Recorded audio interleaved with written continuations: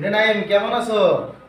আরে শাহিন ভাই, আপনি ভালো আছেন? হ্যাঁ, আমি ভালো আছি। আপনি কেমন আছেন? আলহামদুলিল্লাহ ভালো আছি। তুমি কেমন আছো? হ্যাঁ শাহিন ভাই, আমি ভালো আছি। আপনার ভাই কই থেকে আইলেন? এই দেখলাম ভাই আইলেন, কই থেকে আইলেন? আরে ভাই, হঠাৎ একটা প্রোগ্রাম ছিল ব্যাংকক, ওই থেকে মাত্র আইলাম। মাত্র ওইনে একটু সার দেওয়া ছিল তো, আবার ওইনে বিভিন্ন রাষ্ট্রের প্রতিমন্ত্রী আইসা, আমার কথা হই না, তাই একটু লেট হয়ে গেছে, বুঝছো? ও ভাই, কি কর সত্যি? আমার মনে করেন ভাই আবার দুবাই থেকে ফোন দিয়েছিল প্রেসিডেন্টের মাইয়াই।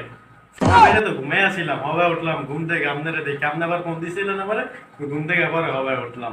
আমি তোমারে ফোন দিছিলাম, ওখানে ব্যাংককের আরো বহুত লোক আইছিল, তোমারে লাগে একটু দেয়া করবো। আর তুমি দুবাই গেছো গা, তুমি কি আমারে বলবা না যে দুবাই গেছো?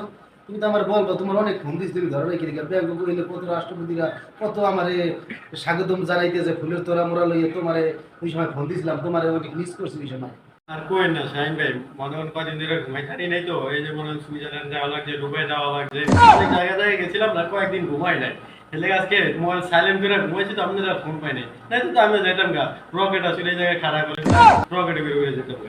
আরে ভাই, কে রে কস দুঃখের কথা? আরে আমি স্বর্ণের রুমে ঘুমাইতে চাইছিলাম, ঘুমে পারি না। অনেক জ্বালায়, এই মন্দির ফোন দেয়, এই মন্দির ফোন দেয়।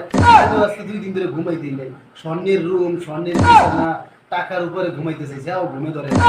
কই যে ঘুমাইতে পারি, ভ্যানের উপরে দিয়ে ঘুমাইতে পারিনি।